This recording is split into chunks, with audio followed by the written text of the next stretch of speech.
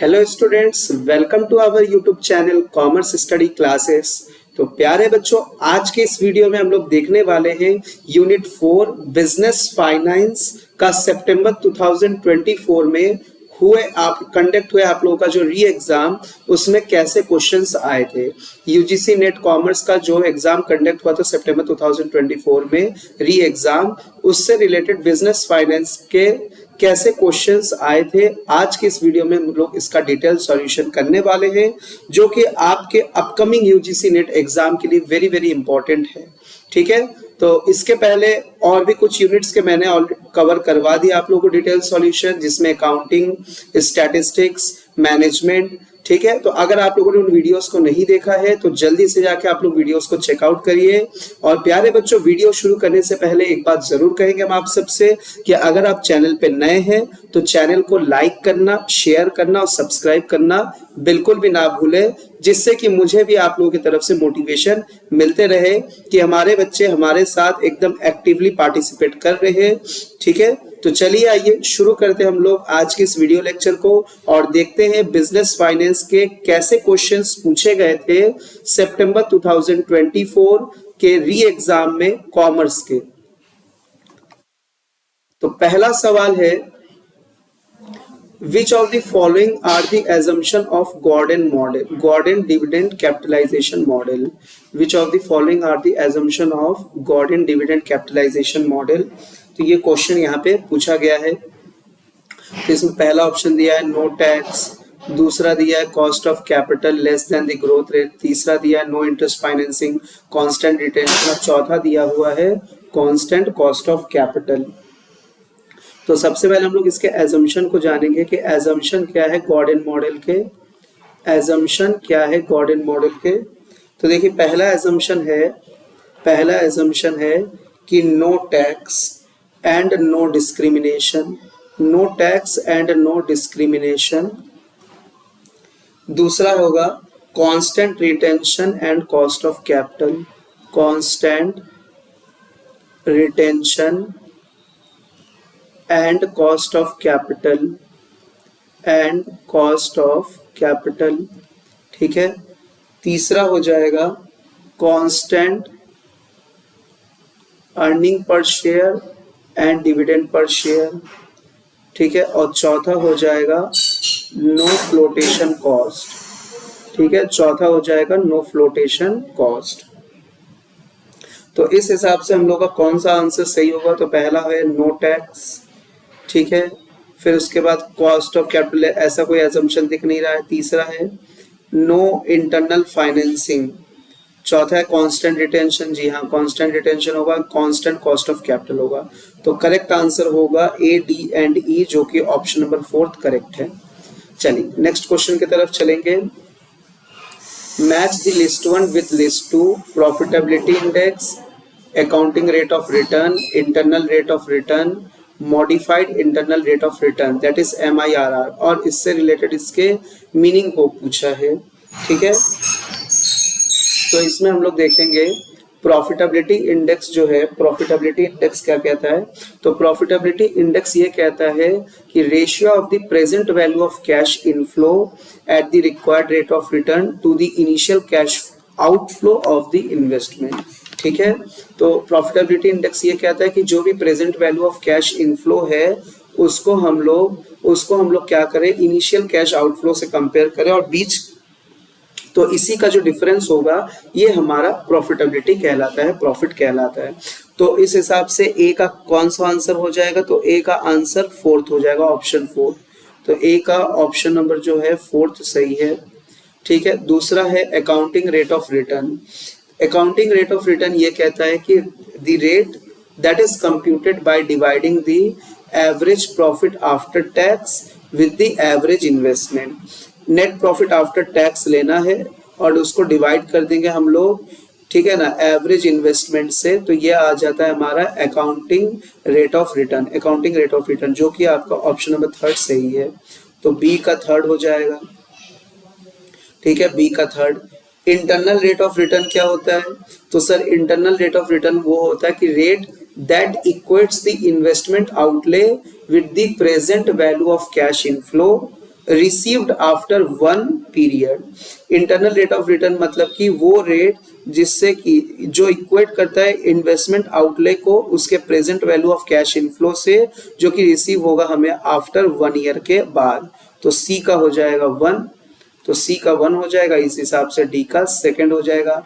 Modified internal rate of return ये कहता है, ये modified internal rate of return compound the average annual rate that is calculated with a reinvestment rate different than the project internal rate of return. तो D का हो जाएगा second point, ठीक है, डी का सेकंड। तो इस हिसाब से ऑप्शन नंबर फर्स्ट जो है वो आप लोगों का सही है, ठीक है।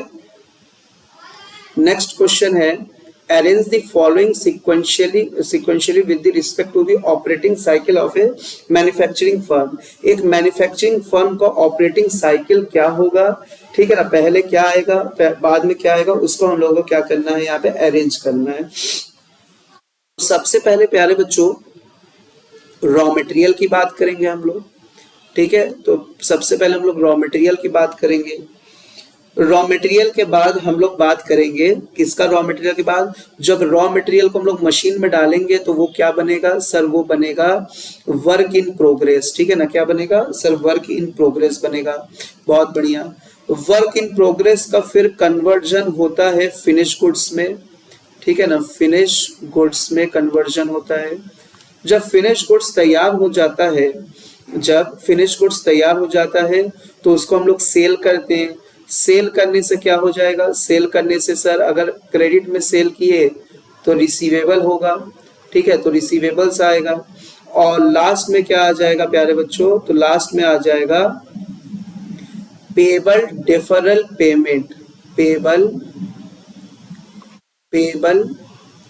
ठीक है ना, मतलब पेबल्स की बातें आ जाएंगी। तो पहले पैसे रिसीव होंगे, उसी के सहारे फिर हम लोग भी अपने सप्लायर्स का पेमेंट करेंगे, ठीक है। तो रॉ मटेरियल का कन्वर्जन वर्क इन प्रोग्रेस में, फिर फिनिश गुड्स में, उससे रिसीवेबल आएंगे, रिसीवेबल आएगा तो हम लोग अपने पेबल्स का पेमेंट करेंगे अंतिम में। तो करेक्ट सीक्वेंस हो गया क्या, तो देखिए रॉ मटेरियल पहला, ठीक है, वर्क इन प्रोग्रेस दूसरा, तीसरा है फिनिश गुड्स, चौथा है ये रिसीवेबल, पांचवा है ये, ठीक है। तो सी ई बी कहाँ है, देखिए सी ई बी करेक्ट सीक्वेंस में यहीं पे मिल रहा है, जो कि ऑप्शन नंबर सेकंड है, ठीक है। नेक्स्ट क्वेश्चन की तरफ चलेंगे। The price of A company share is ₹80 and the value of opportunity is 20. If the company capitalization rate 15%, how much is the EPS? तो EPS कितना होगा प्यारे बच्चों, तो यहाँ पे price of A company share 80 रुपए बोला है, ग्रोथ वैल्यू अपॉर्चुनिटी 20 है, EPS क्या होगा, कैपिटलाइजेशन रेट 15% है। तो प्यारे बच्चों प्राइस, ठीक है ना, प्राइस का फॉर्मूला होता है EPS earning per share divided by cost of, ठीक है, कॉस्ट ऑफ क्या, कॉस्ट ऑफ, यहाँ पे कॉस्ट ऑफ कैपिटल मतलब कैपिटलाइजेशन रेट मतलब कॉस्ट ऑफ इक्विटी, ठीक है, प्लस ग्रोथ, ठीक है। तो ईपीएस यहाँ पे कितना है, तो सर ईपीएस यहाँ पे दिया हुआ, ईपीएस ही तो निकालना है, how much is the EPS, price दिया हुआ है, जी हाँ सर प्राइस दिया हुआ है, कितना दिया हुआ है सर 80 रुपए दिया हुआ है। ईपीएस का अता पता नहीं है सर, बिल्कुल सही बात है, ईपीएस का तो अभी कोई अता पता नहीं है। Capitalization rate that is cost of capital 15%, तो उसको मैंने रखा 0.15। ग्रोथ कितना है, ग्रोथ है 20, ग्रोथ अपॉर्चुनिटी 20 है। अब आप लोग इसको कैलकुलेट कर ले, इस 20 को यहाँ पे लाएंगे हम लोग, 80 minus 20 is equal to EPS divided by 0.15, 60 multiplied by 0.15 is equal to earning per share, ठीक है। तो ईपीएस आ जाएगा यहाँ पे निकल के आप लोगों का 9 आ जाएगा, 9, जो कि ऑप्शन नंबर 4 जो है करेक्ट है, ठीक है, 4 करेक्ट है। Next question, match the list 1 with the list 2, ठीक है। तो इसमें बोला सिस्टमेटिक रिस्क क्या होता है, सिस्टमेटिक रिस्क वो रिस्क होता है जो sir increase in corporate rate tax होता है, ठीक है। सिस्टमेटिक रिस्क वो रिस्क जो कि इंक्रीज इन कॉर्पोरेट टैक्स होता है, तो ए का सेकंड हो जाएगा, ठीक है। वैसे देखिए ए का सेकंड देख लीजिए आप लोग, यहीं पे बस मिल रहा है, ए का सेकंड हो जाएगा। उसके बाद क्या है बीटा। बीटा का मतलब होता है सर सेंसिटिव कोफिशिएंट है बीटा। एक बीटा क्या है सर सेंसिटिव कोफिशिएंट है। ठीक है, तो बी का 1 हो जाएगा। रिस्क फ्री रेट, तो सर रिस्क फ्री रेट को हम लोग कहते हैं compensation for time, compensation for time. ठीक है, तो सी को हम लोग क्या लिखेंगे, सी का, एक मिनट, बी का क्या लगा दिया, बी का थर्ड होगा ना, बी का थर्ड, सी का 1 हो जाएगा और डी का क्या हो जाएगा अनसिस्टमेटिक रिस्क। अनसिस्टमेटिक रिस्क हो जाएगा competitor enter in the market, तो कंपटीटर मार्केट में आ गए। सही सही क्रम क्या होगा 2-3-1-4, 2-3-1-4। तो प्यारे बच्चों 2-3, वैसे भी मैंने आप लोगों को बोला कि 1 का 2 बस एक ही में मैच कर रहा है, तो हम लोग चाहते तो यहाँ से भी लगा सकते थे। ठीक है, आपको अगर ये भी नहीं पता है तो देखिए बीटा का मतलब आप लोगों को पता होना चाहिए कि बीटा का मतलब होता है सेंसिटिव कोफिशिएंट, तो बी का भी 3 देख लीजिए, एक ही जगह मैच कर रहा था। तो इन दोनों के मदद से हम लोग इस क्वेश्चन का आंसर सही हल कर सकते हैं, सही सॉल्व कर सकते हैं।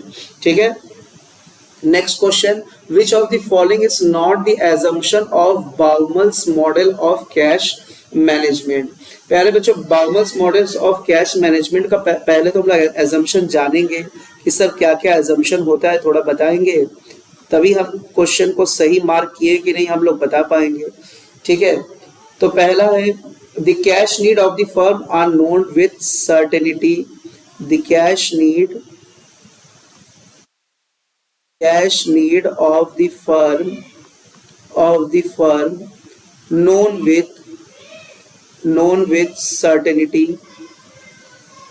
with certainty। ठीक है, सेकेंड हो जाएगा the cash disbursement of the firm, the cash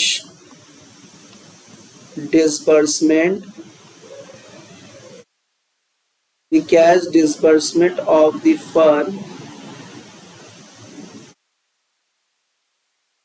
firm occurs uniformly over a period of time,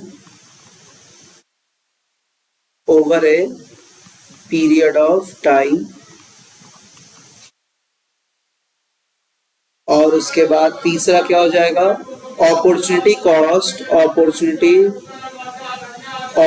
cost. ठीक है, थोड़ा आप लोगों को बाहर के नॉइज सुनाई देंगे प्यारे बच्चों, तो थोड़ा सा आप लोग एडजस्ट कर लीजिएगा। ठीक है, बाहर के नॉइज आप लोग सुनाई दे रहे होंगे, थोड़ा एडजस्ट कर लीजिएगा। Opportunity cost of holding cash is known and remain constant। ये है बाउमल्स मॉडल ऑफ कैश मैनेजमेंट का एजम्पशन। तो इस हिसाब से प्यारे बच्चों हम लोगों का करेक्ट आंसर क्या हो जाएगा। अच्छा, इसमें पूछा नॉट, ठीक है ना, इसमें पूछा नॉट द एजम्पशन। ध्यान दीजिएगा, नॉट जो है बहुत ही खतरनाक वर्ड होता है, क्वेश्चन का अर्थ का अनर्थ कर देता है। ठीक है, देखिए the opportunity cost of holding cash is known, ये तो हम लोगों ने देखा, ये होता है, लिखा है मैंने। द फर्म विल इंकर the same transaction cost whenever it convert security, ये भी सही बात है। The firm cash payment occur uniformly over a period of time, ये भी बिल्कुल सही बात है, मैंने यहाँ पे लिखा है। ठीक है, लेकिन sir the firm is unable to forecast its cash need with certainty, तो यहाँ पे पहला assumption है the cash need of the firm is known with certainty, आपने कहा अनेबल टू फोरकास्ट, तो ये गलत है, ये इसका assumption नहीं है। तो करेक्ट आंसर पूछा है कौन सा नहीं है, तो पहला वाला assumption नहीं है। नेक्स्ट क्वेश्चन की तरफ चलेंगे हम लोग, नेक्स्ट क्वेश्चन की तरफ। Compute the after tax cost of capital of A company in case A perpetual bond face value is 100, is sold as well as redeemed at par having coupon rate of interest being 7% and corporate tax rate is 30%। तो compute after tax cost of capital। तो प्यारे बच्चों after tax cost of capital, ठीक है ना, after tax cost of capital bracket में लगा दिया मैंने आफ्टर टैक्स, ठीक है, ब्रैकेट में लगा दिया आफ्टर टैक्स। तो इसका फॉर्मूला होगा रेट ऑफ इन्वेस्टमेंट ब्रैकेट में 1 माइनस टैक्स रेट, ठीक है। रेट ऑफ इंटरेस्ट क्या है, रेट ऑफ इंटरेस्ट हम लोगों से कहा गया है having a coupon rate of interest being 7%, sold as well as redeemed at par having, तो ये है rate of interest investment, rate of investment 7, 1 minus tax rate 30%, that is 0.3, तो ये निकल के आएगा आप लोगों के पास, ठीक है, 7 मल्टीप्लाइड बाई 0.7, तो निकल के आएगा 4.9%, जो कि आप लोगों का करेक्ट आंसर है ऑप्शन नंबर सेकंड करेक्ट है। नेक्स्ट है विच one of the following theory of capital structure discuss the arbitrage process. हम सबको पता है प्यारे बच्चों कि आर्बिट्राज प्रोसेस तो Modigliani and Miller approach ही बताता है। Modigliani and Miller approach ही हम लोगों को आर्बिट्राज प्रोसेस के बारे में बताता है कैपिटल स्ट्रक्चर में, ठीक है ना। Next question, for the purpose of taking capital budgeting decision in respect of a company in India, following are taking into consideration in computing the cash flow in the terminal year of the project, ठीक है, cash flow in the terminal year of the project। तो प्यारे बच्चों सबसे पहले हम लोग तो क्या करेंगे, अगर ऐसी बात है for the purpose of taking capital budgeting, हमको डिसीजन लेना है एक कंपनी जो कि इंडिया का है, following are taken into consideration in computing the cash flow terminal year of the project, ठीक है ना। टर्मिनल ईयर ऑफ प्रोजेक्ट के लिए कैश फ्लो, जब भी हम लोग कैश फ्लो के बारे में कंसीडरेशन करेंगे तो हम किन किन चीजों को कंसीडर करेंगे, किन किन बातों को हम ध्यान देंगे। तो सबसे पहले तो हम लोग tax loss on short term capital gain को ध्यान देंगे क्या, बिल्कुल हाँ सर देंगे। दूसरा पॉइंट है क्या sir, tax loss on short term, capital loss पे टैक्स लॉस को नहीं, इसके बारे में बिल्कुल हम कोई कैश फ्लो के बारे में नहीं सोचेंगे यहाँ पे। Release of net working capital, बिल्कुल नेट वर्किंग कैपिटल के बारे में हम लोग यहाँ पे कंसीडर करेंगे। Tax saving on short term capital loss, बिल्कुल हाँ। देखिए कैपिटल लॉस होता है तो टैक्स देना नहीं पड़ता है ना, वो आपको मिल जाता है, माफी मिल जाती है, ये आप लोगों को पता होगा। तो करेक्ट आंसर हमको जो दिख रहा है ए सी डी तो होगा, देखते ई होगा कि नहीं। Tax saving on short term capital gain, जी नहीं, इसके बारे में हम लोग कोई कंसिडरेशन नहीं करते हैं कि शॉर्ट टर्म कैपिटल गेन से कोई कैश का रिटर्न मिलेगा क्या, नहीं, इसका कंसिडरेशन नहीं करते। तो करेक्ट आंसर हो जाएगा A C and D, A, C and D।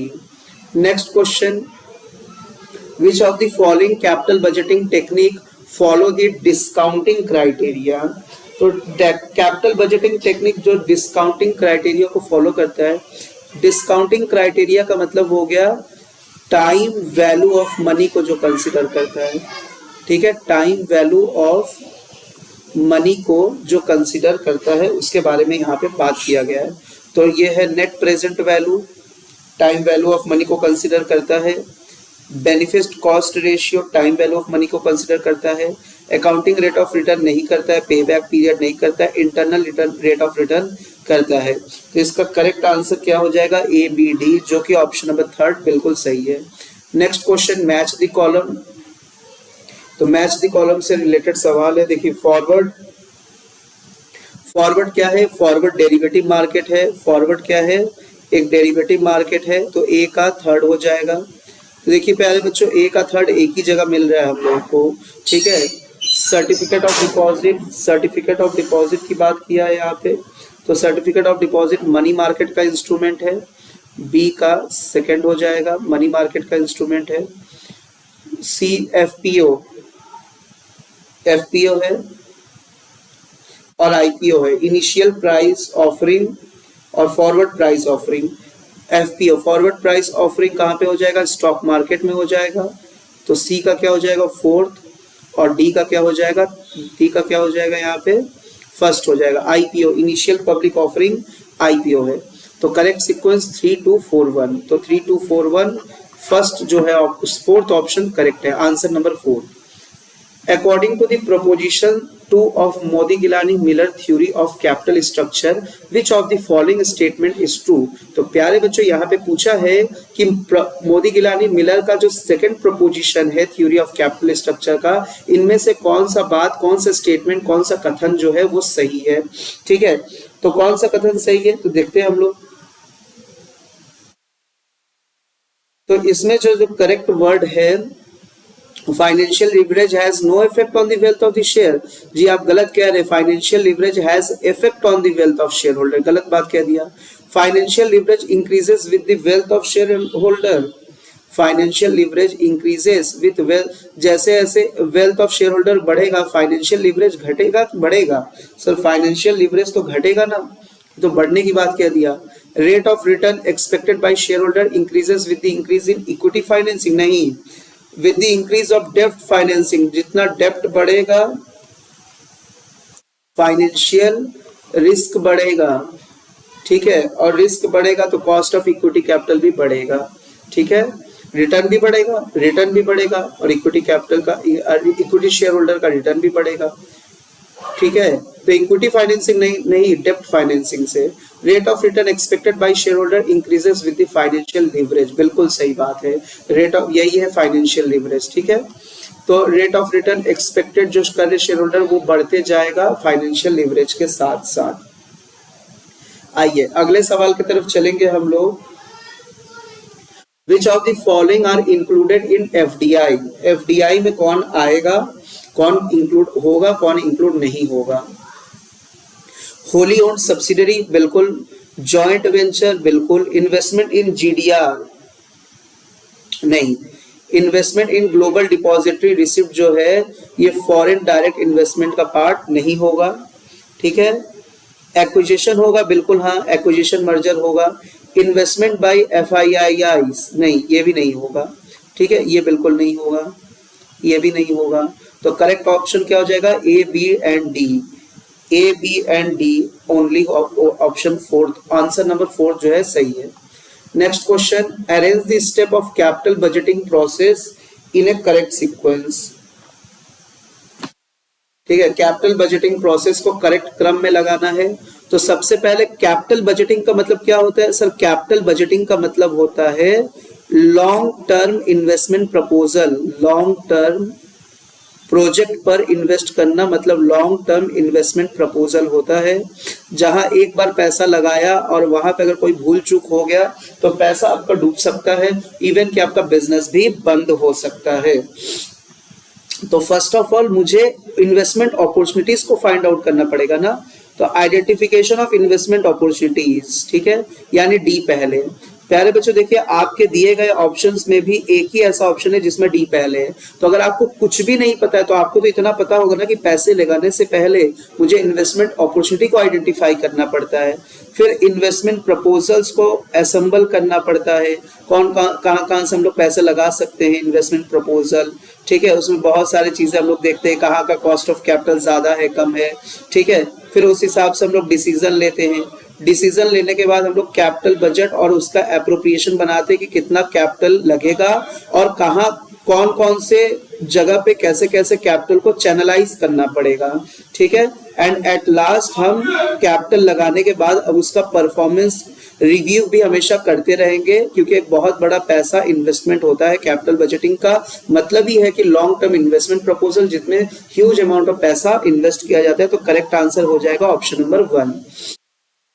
Next question चलेंगे, arrange the following phase of international monetary system in chronological order. Chronological order मतलब ओल्ड टू न्यू में जाना है हम लोगों को, ठीक है, ओल्ड टू न्यू में जाना है। तो सबसे पहले आ गया gold specific standard, that is B, gold specific standard आएगा, सबसे पहले बी आएगा, ठीक है ना। फिर उसके बाद गोल्ड बुलियन आया था, गोल्ड बुलियन के बाद गोल्ड एक्सचेंज आया था, ठीक है ना, गोल्ड एक्सचेंज आया था। गोल्ड एक्सचेंज के बाद फिर ब्रिटेन वुड कॉन्फ्रेंस हुआ, ब्रिटेन वुड कॉन्फ्रेंस के बाद फ्लोटिंग एक्सचेंज रेट आया, फ्लोटिंग एक्सचेंज रेट। तो करेक्ट सीक्वेंस ये होगा BADEC, BADEC correct sequence, option number 3 जो है सही है, ठीक है। Next question, which of the following are the right of the equity share holder. प्यारे बच्चों right of equity share holder बताना है, बहुत ही आसान है। इक्विटी शेयर होल्डर को कमाने का अधिकार है, बिल्कुल कमाने का अधिकार है। डिविडेंड पे क्लेम करने का अधिकार नहीं है। कंट्रोलिंग मैनेजमेंट को कंट्रोल करने का अधिकार है, लिक्विडेशन करने का अधिकार है, प्री एम्पिटिव राइट है, कुछ पहले से ही इनके पास कुछ प्री एम्पिटिव राइट होते हैं, ठीक है ना, बाय डिफॉल्ट यहाँ से पे पहले से ही होते हैं। तो उस प्री एम्पिटिव राइट को भी ये लोग क्या कर सकते हैं, जब चाहे तब इस्तेमाल कर सकते हैं। वो कहीं पे लिखा नहीं होता है, बस वो प्री एम्पिटिव होता है, ठीक है ना। तो इसका करेक्ट आंसर होगा A, C, D and E. Right to claim dividend जो है, यहाँ पे डिविडेंड क्लेम करने का राइट नहीं होता है। अगर आपको कुछ भी नहीं पता है, ये पता है कि सर ये नहीं होता है, बाकी सब तो दिख ही रहा है कि सब कुछ हो सकता है, ठीक है ना, सब कुछ हो सकता है, बिल्कुल। चलिए नेक्स्ट क्वेश्चन की तरफ चलेंगे। According to the dividend growth model the cost of equity is equal to. तो डिविडेंड ग्रोथ मॉडल के अनुसार कॉस्ट ऑफ इक्विटी का फॉर्मूला होता है dividend divided by price plus growth, ठीक है ना। प्राइस मतलब कॉस्ट, ठीक है, ये होता है formula.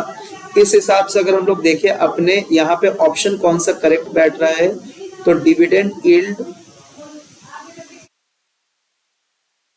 Yield plus expected growth rate of dividend. Expected growth rate, ये डिविडेंड यील्ड है, ठीक है ना। ये क्या है, ये डिविडेंड यील्ड है, और ये क्या है, expected growth rate of dividend. Expected growth rate of dividend है, ठीक है, ये हो गया। तो करेक्ट सीक्वेंस कौन सा आंसर करेक्ट होगा, ऑप्शन नंबर सेकंड जो है करेक्ट है। आइए प्यारे बच्चों अगले सवाल की तरफ चलेंगे। Which of the following are the assumption underlying the MM theory of capital structure. MM theory of capital structure के बारे में हम लोग यहाँ पे पढ़ेंगे। सबसे पहले MM theory of capital structure का क्या assumption है, तो पहला assumption है capital market are perfect capital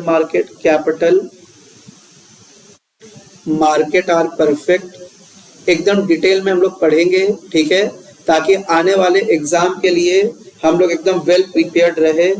and all information are freely available. All information are freely available. All information are freely available. Second, rational investor, जो investor है वो rational होगा, उसको पता होगा कहाँ पैसा लगाना चाहिए, कहाँ पैसा नहीं लगाना चाहिए, ठीक है। तीसरा, firm can be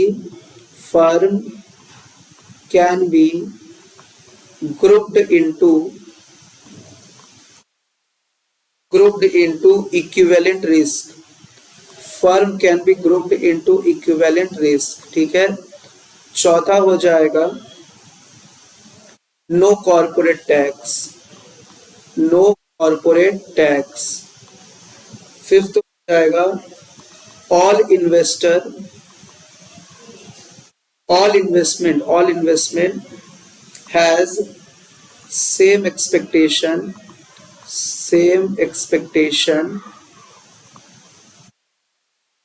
of a firm's net operating income। Net operating income को क्या कहते हैं हम लोग, सर नेट ऑपरेटिंग इनकम को हम लोग कहते हैं EBIT। क्या कहते हैं हम लोग, EBIT, ठीक है, EBIT।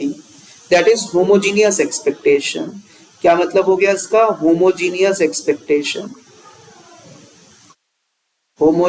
एक्सपेक्टेशन होते हैं सारे इन्वेस्टर के या इन्वेस्टमेंट प्रपोजल्स के, ठीक है। हाँ, तो इस हिसाब से हमारे यहाँ पे करेक्ट ऑप्शन कौन सा होगा, सबसे पहले परफेक्ट मार्केट होगा। हाँ सर, हेट्रोजीनियस एक्सपेक्टेशन नहीं होता है सर, होमोजीनियस एक्सपेक्टेशन होता है। Absence of tax, no corporate tax मैंने लिखा है यहाँ पे, बिल्कुल हाँ ये सही है। नेक्स्ट उसके बाद 100% डिविडेंड पे आउट होगा क्या, 100% डिविडेंड पे आउट होगा क्या, नहीं सर 100% डिविडेंड पे आउट नहीं होगा, ठीक है, 100% डिविडेंड पे आउट नहीं होगा यहाँ पे। रिस्क क्लास, बिल्कुल हाँ, इक्विवेलेंट रिस्क होगा यहाँ पे, इक्विवेलेंट रिस्क क्लास। तो सही ऑप्शन क्या हो जाएगा यहाँ से, A, C and E only, जो कि ऑप्शन नंबर 1 जो है बिल्कुल सही है। अगले सवाल की तरफ चलेंगे हम लोग। What is the valuation formula based on the Walton model? Walton model के अनुसार कौन सा सही वैल्यूएशन है मॉडल, तो Walton मॉडल क्या कहता है, price is equal to earning plus, ठीक है ना, dividend per share minus earning per share, ठीक है, R rate of return divided by cost of equity, फिर पूरे के होल में कॉस्ट ऑफ इक्विटी, ठीक है। तो सही ऑप्शन कौन सा है? ऑप्शन नंबर सेकंड जो है बिल्कुल सही है। चलिए देखिए, डायरेक्ट फॉर्मूला पूछा है आप लोगों से, तो फॉर्मूला याद रखना अभी कितना इंपॉर्टेंट हो जाता है। देखिए डायरेक्ट फॉर्मूला बस पूछा है आपसे। The management of Vipecure Fabric subscribes to the NOI approach, ठीक है ना, NOI approach and believe that it is cost of debt, its cost of debt, ठीक है ना, and overall cost of capital, overall cost of net operating income approach मतलब अपना रहा है वो, तो उसका कॉस्ट ऑफ डेट और ओवरऑल कॉस्ट ऑफ कैपिटल वो रिमेन कहाँ तक रिमेन रहेगा? 9% एंड 12%, 9% एंड 12%, ठीक है। चलिए तो हम लोग को पता चल गया यहाँ से कि सर कॉस्ट ऑफ डेप्ट जो है वो 9% होगा और कॉस्ट ऑफ कैपिटल मतलब ओवरऑल कॉस्ट ऑफ कैपिटल जो कि 12% होगा, ठीक है। पूछा है डेप्ट, अच्छा डेप्ट इक्विटी रेशियो भी दिया हुआ है यहाँ पे 0.8, डेप्ट इक्विटी रेशियो, डेप्ट इक्विटी रेशियो दिया हुआ है 0.8। आपसे पूछा कॉस्ट ऑफ इक्विटी कितना होगा, तो प्यारे बच्चों कॉस्ट ऑफ इक्विटी का फॉर्मूला जो होता है overall cost of capital plus bracket में overall cost of capital minus cost of डेप्ट, फिर उसके बाद डेप्ट upon equity, that is dept equity ratio, ठीक है। तो यहाँ पे 12 प्लस 12 माइनस 9 ब्रैकेट में डेप्ट इक्विटी रेशियो क्या है? 0.8, ठीक है। 12 plus 3 8 24 that is 2.4 is equal to आ गया 14.4%, जो कि ऑप्शन नंबर थर्ड जो है बिल्कुल सही है।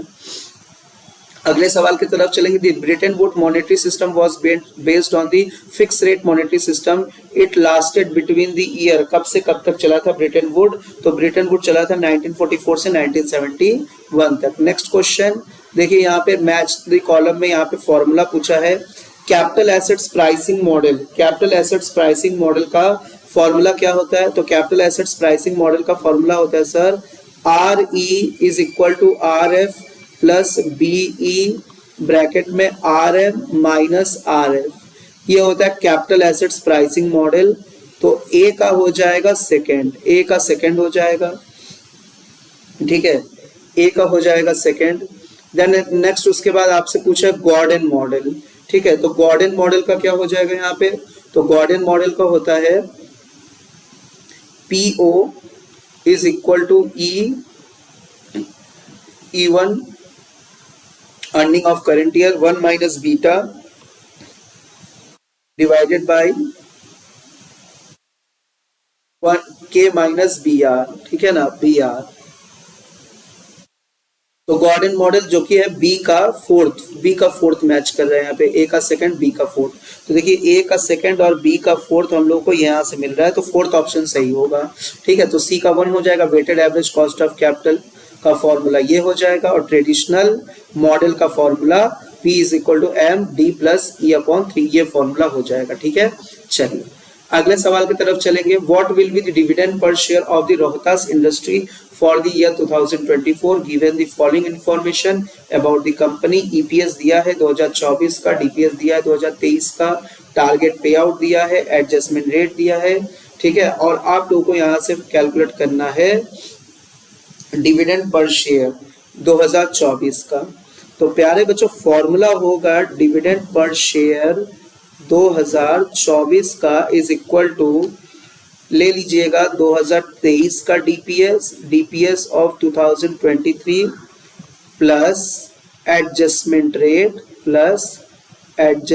रेट, फिर उसके बाद मल्टीप्लाई कर देंगे हम लोग यहाँ पे टारगेट पे out ratio multiplied by earning per share current year का 2024 का, माइनस कर देंगे DPS of 2023। Very very important formula है, ये बहुत इंपॉर्टेंट फॉर्मूला है। तो यहाँ पे अब हम लोग वैल्यूज पुट कर देंगे, 1.2 प्लस DPS 2023 का 1.2, एडजस्टमेंट रेट बोला है 0.7, टारगेट पे out ratio 0.6, earning per share है 3 और DPS 2023 का है 1.2। ठीक है, तो 1.2 प्लस 0.7 और ब्रैकेट में ये कितना आ जाएगा देखेंगे आप लोग 1.8 माइनस 1.2, तो इसको हम लोग सॉल्व करेंगे। 1.2 प्लस 0.6 मल्टीप्लाइड बाई 0. यहाँ पे भी 6 आ जाएगा, 0.7 मल्टीप्लाइड बाई, इसको एक ब्रैकेट में कर ले ताकि मल्टीप्लाई प्लस माइनस करने में गड़बड़ ना हो। तो 0.42 आ जाएगा। अब इसको हम लोग जोड़ेंगे तो आ जाएगा 1.62। तो 1.62 करेक्ट आंसर है, जो कि ऑप्शन नंबर सेकंड सही है। ठीक है, चलिए नेक्स्ट है match the list 1 with list 2। तो प्यारे बच्चों, मैच द कॉलम से पूछा हुआ सवाल है, हेजर, स्पेकुलेटर, आर्बिट्रेजर, स्कैल्पर क्या होता है। ठीक है, इसको हम लोग यहाँ पे देखने वाले हैं। तो चलेंगे सबसे पहले हेजर। हेजर का मतलब होता है जो कि इन्वेस्टमेंट रिस्क को कम करता है। हेजर का काम क्या होता है, जो इन्वेस्टमेंट रिस्क को कम करता है। तो ए का सेकंड हो जाएगा, ए का सेकंड हो जाएगा। ठीक है, स्पेकुलेटर का क्या काम होता है सर? स्पेकुलेटर का मतलब होता है टेकिंग, जो कि इंक्रीज करता है रिस्क को विलिंगली, जो कि रिस्क को विलिंगली बढ़ाता है। Increase the risk willingly, B का थर्ड हो गया। सी का क्या हो जाएगा सर? आर्बिट्रेजर का मतलब होता है taking the advantage of the mismatch of the price in two market. ये होता है आर्बिट्रेजर का मतलब। अगर आप लोग को कुछ भी नहीं पता है तो लेकिन आर्बिट्रेजर का तो मतलब पता है ना, आर्बिट्रेजर का तो मतलब सबको पता होगा। तो देखिए सी का फोर्थ आपको पता है, तो आप करेक्ट आंसर मार्क कर लेंगे एग्जाम में कि करेक्ट आंसर थर्ड ऑप्शन होगा। स्कैल्पर किसको कहेंगे? स्कैल्पर का काम होता है बाइंग एंड सेलिंग शेयर, जो कि जल्दी जल्दी शेयर्स को बेचते हैं। ठीक है ना, बाइंग सेलिंग का काम शेयर्स का बहुत जल्दी जल्दी बहुत तेजी से करते हैं। तो करेक्ट सीक्वेंस हो गया 2 3 4 1, जो कि ऑप्शन नंबर 3 बिल्कुल सही है। अगले सवाल की तरफ चलेंगे हम लोग। Arrange the following step of scrutinization in a corrective sequence.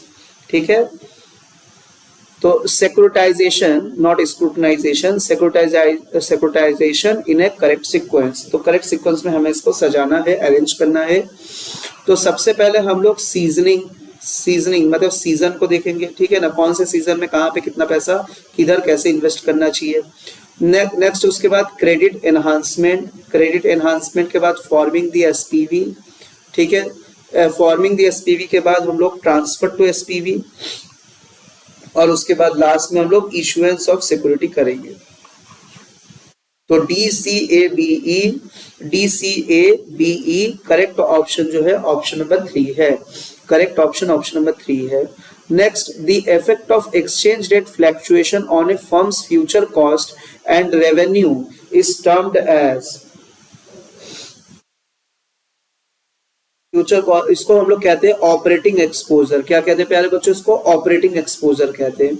Next question, which one of the following is Walter formula to determine the market price per share. प्यारे बच्चों, वॉल्टर फॉर्मूला क्या होता है? Price is equal to dividend upon cost of capital plus E earning per share minus dividend per share, R divided by K, मतलब rate of risk या rate of return divided by K, मतलब cost of capital divided by cost of capital, ये होता है। ठीक है, आप अपने फॉर्मूले के अनुसार देखिए कि कौन सा मैच कर रहा है फॉर्मूला। तो करेक्ट फॉर्मूला जो है यहाँ पे देखेंगे आप लोग, ये वाला मैच कर रहा है थर्ड ऑप्शन, DV बाई के plus R EPS divided by minus D by V by के और K। ठीक है, तो ये मैच कर रहा है, बिल्कुल ये सही जवाब होगा। Third option is the correct. Next, what is the value of cost of capital after tax in a perpetual bond sold at a par, coupon rate of interest being 7%। ठीक है, कूपन रेट ऑफ इंटरेस्ट कितना बोला है? 7% बोला है। Assume the firm pay tax at a 50%, tax rate कितना है? 50%। हमको पता क्या करना है? कॉस्ट ऑफ कैपिटल निकालना है आफ्टर टैक्स परपेचुअल बॉन्ड का। तो cost of capital cost of capital after tax निकालना है आप लोगों को, ठीक है। यहाँ पे तो यहाँ पे फॉर्मूला क्या हो जाएगा, फॉर्मूला हो जाएगा रेट 1 माइनस टैक्स, ठीक है, ये फॉर्मूला हो जाएगा। तो कूपन रेट क्या है 7% है सर, 1 माइनस टैक्स रेट क्या है 50%, तो मतलब 0.5। आंसर निकल के आ जाएगा इसका 3.5%, जो कि ऑप्शन नंबर 4 बिल्कुल सही जवाब है। नेक्स्ट क्वेश्चन की तरफ चलेंगे। मैच द कॉलम का फिर से आ गया क्वेश्चन आप लोगों के सामने। लीवरेज बाई आउट क्या होता है? लीवरेज बाई आउट का मतलब होता है, लीवरेज बाई आउट का मतलब कि एक company, N acquisition of A company in which the acquisition is substantially finance through डेब्ट। जहां पे हम लोग एक्विजिशन केवल और केवल फाइनेंस डेब्ट से ही केवल फाइनेंस करते हैं, उसको कहते हैं हम लोग लीवरेज बाई आउट, ठीक है। तो ए का हो गया फोर्थ, ए का क्या हो गया, ए का फोर्थ हो गया, ठीक है। डाइवर्टमेंट क्या, ठीक है ना, डाइवर्टमेंट क्या होगा यहाँ पे, सेल ऑफ कंपनी एसेट्स और डिवीजन टू द आउटसाइडर, ठीक है। इसको हम लोग डाइवर्टमेंट, डिसइन्वेस्टमेंट होगा ये कि डाइवर्टमेंट है, ठीक है। तो आई थिंक ये डिसइन्वेस्टमेंट होगा। मैंने तो क्वेश्चन का लिया है हुआ है, स्क्रीनशॉट लिया हुआ है पेपर में से, ठीक है। तो ये देखिए स्क्रीनशॉट है, तो आई थिंक सो कि ये डाइवर्टमेंट होगा, ठीक है ना, डाइवर्टमेंट, डिसइन्वेस्टमेंट सॉरी। तो बी का थर्ड हो जाएगा, बी का थर्ड। सेल ऑफ का मतलब क्या होता है कि कंपनी अपने एक हिस्से को थर्ड पार्टी को बेच दिया, ठीक है ना। Company sell a part of its business to third party, C का 1। और स्पिन ऑफ का मतलब क्या होता है, स्पिन ऑफ का मतलब कंपनी क्रिएट कर रहे न्यू कंपनी को अपने एक सिंगल एंटिटी से, जब हम अपने न्यू कंपनी को फिर से एस्टेब्लिश करते हैं, उसको कहते हैं स्पिन ऑफ। तो 4 3 1 2 करेक्ट आंसर हो जाएगा ऑप्शन नंबर 1। नेक्स्ट क्वेश्चन, अगर R F is equal to risk free rate of return 10% है, आर एम है 18%, बीटा फैक्टर है 1.35%, what is the expected rate of return for this security? तो expected rate of return for security हो जाएगा R F risk free return plus R M minus R F multiplied by beta factor, तो values put कर देंगे 10 plus 18 minus 10, beta coefficient या beta factor है 1.35, ये हो जाएगा 10 प्लस 18 मल्टीप्लाइड बाई 1.35, ये हो जाएगा यहाँ पे 10 प्लस 8 मल्टीप्लाइड बाई 1.35 करेंगे तो आएगा 10.8, और दोनों का सम कितना हो जाएगा 20.8%, 20.8% करेक्ट आंसर हो जाएगा ऑप्शन नंबर 4, ठीक है। नेक्स्ट, मैच द कॉलम का फिर आ गया सवाल। तो हम लोग को दिख रहा है एक बात कि मैच द कॉलम से सर एकदम भर भर के पूछा गया है सवाल, ठीक है। मैच द कॉलम से पूछा गया है भर भर के सवाल। तो मैच द कॉलम में क्या पूछा है सर? तो मैच द कॉलम में कुछ भी पूछ सकता है। मैच द कॉलम में आप लोगों को फॉर्मूला भी पूछा गया है, कंसेप्ट भी पूछा गया है, ठीक है। तो कुछ भी पूछा जा सकता है, यहाँ पे फॉर्मूला भी पूछा गया है। चलिए आगे देखेंगे हम लोग यहाँ पे। तो ये एक मैच दी कॉलम है, चलिए इसको मैच करते हैं। कॉल ऑप्शन का मतलब क्या होता है कि सर कॉल ऑप्शन का मतलब होता है contract that give the holder the right but not the obligation two by the specified securities at a specified exercise date। मतलब कॉल ऑप्शन का मतलब जहां पे ये कॉन्ट्रैक्ट होते हैं, जो होल्डर को ये अधिकार तो देता है लेकिन उनका यहाँ पे कोई ऑब्लिगेशन नहीं है, कोई लाइबिलिटी नहीं है कि आप बाई करेंगे ही सिक्योरिटी को एक स्पेसिफिक डेट पे, ठीक है। तो इसका करेक्ट ऑप्शन ए का थर्ड है, ए का थर्ड। अब ए का थर्ड तो दोनों में मैच कर रहा है, इसमें भी है, इसमें भी है, तो ए का थर्ड।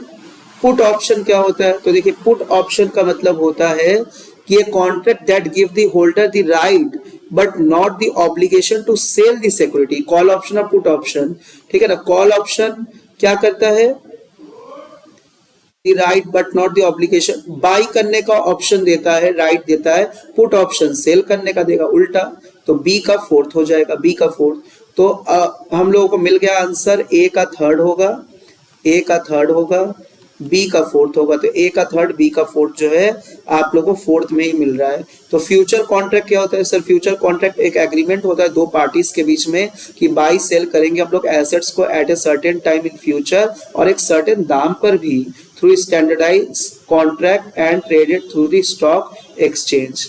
ठीक है, तो ये हो गया फ्यूचर कॉन्ट्रैक्ट, तो सी का सेकंड हो जाएगा। और फॉरवर्ड कॉन्ट्रैक्ट वन हो जाएगा, एन एग्रीमेंट टू बाई और sell an assets on a specific date for a specific price, settlement happen at the end of the period. ठीक है, तो सी का सेकंड और डी का वन हो जाएगा। तो correct option option number fourth होगा।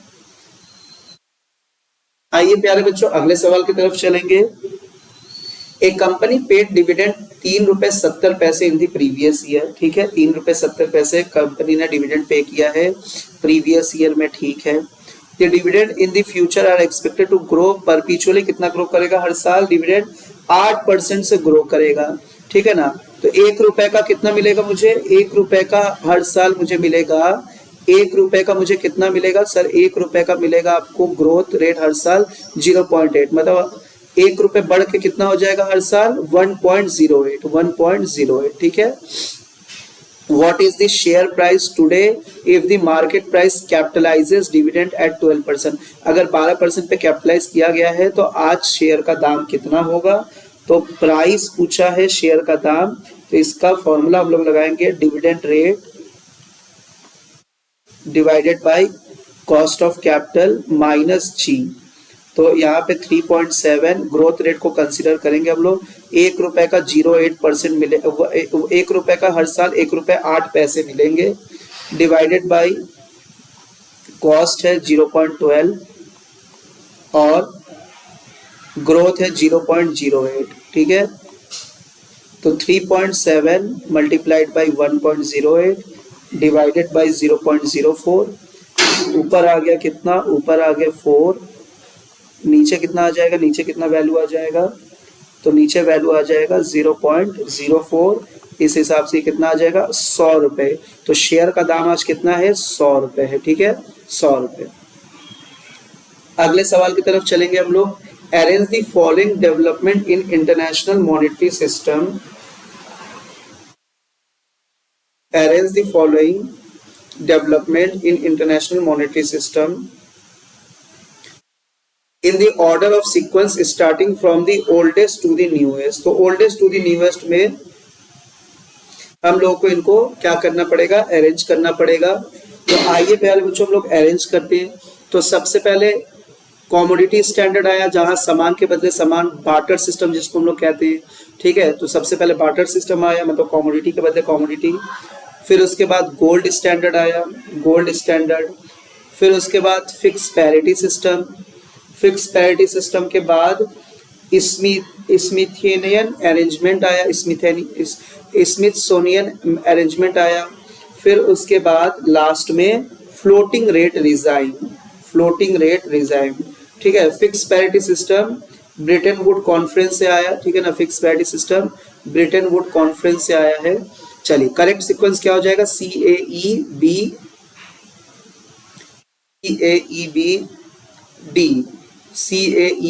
ठीक है ना, CAEBD, जो कि ऑप्शन नंबर 4 सही है। अगले सवाल की तरफ चलेंगे। Which of the following are correct with respect to the foreign exchange market. तो प्यारे बच्चों फॉरेन एक्सचेंज मार्केट से रिलेटेड पूछा है, कौन सा इनमें से सही है? ठीक है ना, आर करेक्ट। तो short position is equal to supply of a currency less than demand for currency. बिल्कुल सही बात है, ये तो सही बात है। Short position supply of currency is greater, नहीं गलत है, गलत बात है। Long position is equal to supply of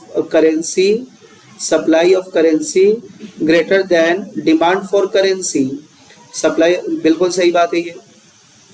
ठीक है, और लॉन्ग पोजीशन सप्लाई ऑफ, नहीं ये गलत है।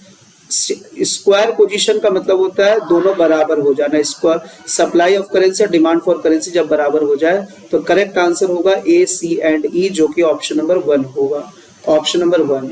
अगले सवाल की तरफ चलेंगे। Which of the following are correct formula of combined leverage. तो कंबाइंड लिवरेज का फॉर्मूला होता है प्यारे बच्चों, जब हम लोग सेल्स माइनस वेरिएबल कॉस्ट करेंगे तो आता है कंट्रीब्यूशन। क्या आता है प्यारे बच्चों? कंट्रीब्यूशन। जब हम लोग कंट्रीब्यूशन से जब हम लोग फिक्स कॉस्ट को माइनस करते हैं तो आएगा क्या? Earning before interest and tax. और जब हम लोग अर्निंग बिफोर इंटरेस्ट टैक्स से इंटरेस्ट को माइनस कर देंगे तो क्या आ जाएगा? प्रॉफिट बिफोर टैक्स आ जाता है। ठीक है, प्रॉफिट बिफोर टैक्स आ जाता है। तो देखिए, कंबाइंड लिवरेज का percentage change in EPS upon percentage change in sale. ठीक है, तो बिल्कुल ये बात सही है, ये सही है। दूसरा, degree of combined degree of combined leverage क्या हो जाएगा? Contribution upon profit before tax. बिल्कुल सही बात है, ये भी contribution upon profit before tax भी होगा। DCF is equal to contribution before tax, profit after tax नहीं होता है, प्रॉफिट बिफोर टैक्स होता है। गलत हो गया ये। DCF is equal to EBIT plus fix cost divided by profit before tax. हाँ, ये भी सही है। और लास्ट क्या है? Change in EBT divided by change in sale. नहीं, change in EPS divided by change in sale होता है। तो करेक्ट आंसर क्या हो जाएगा? A, B and D only. A, B, D देखिए कहाँ पे है? फोर्थ ऑप्शन सही है। ठीक है, अगले सवाल की तरफ चलेंगे और ये लास्ट क्वेश्चन है। Which of the following cost arises due to the failure of the customer to meet their obligation when payment on credit sale, when payment become due after the expiry of the credit period? तो इसको हम लोग कहते हैं प्यारे बच्चों डेलिंक्वेंसी cost. इस चीज को हम लोग क्या कहते हैं? डेलिंक्वेंसी कॉस्ट कहते हैं। ठीक है, तो प्यारे बच्चों ये था बिजनेस फाइनेंस के आए हुए सवाल सितंबर 2024 के री एग्जाम में। तो मैंने सभी क्वेश्चंस को डिटेल में सॉल्व किया, समझाया। आप लोग वीडियो के कमेंट बॉक्स में जरूर कमेंट करिएगा कि आप लोगों को कैसा लगा और आप लोगों को अगले वीडियो में कौन से यूनिट का सॉल्यूशन चाहिए। ठीक है, तो प्यारे बच्चों आज के लिए इतना ही। मिलते हैं अब हम लोग नेक्स्ट वीडियो में अगले एक नए यूनिट के साथ। तब तक के लिए खुश रहे, स्वस्थ रहे और अच्छे से पढ़ाई करते रहिए। Thank you so much.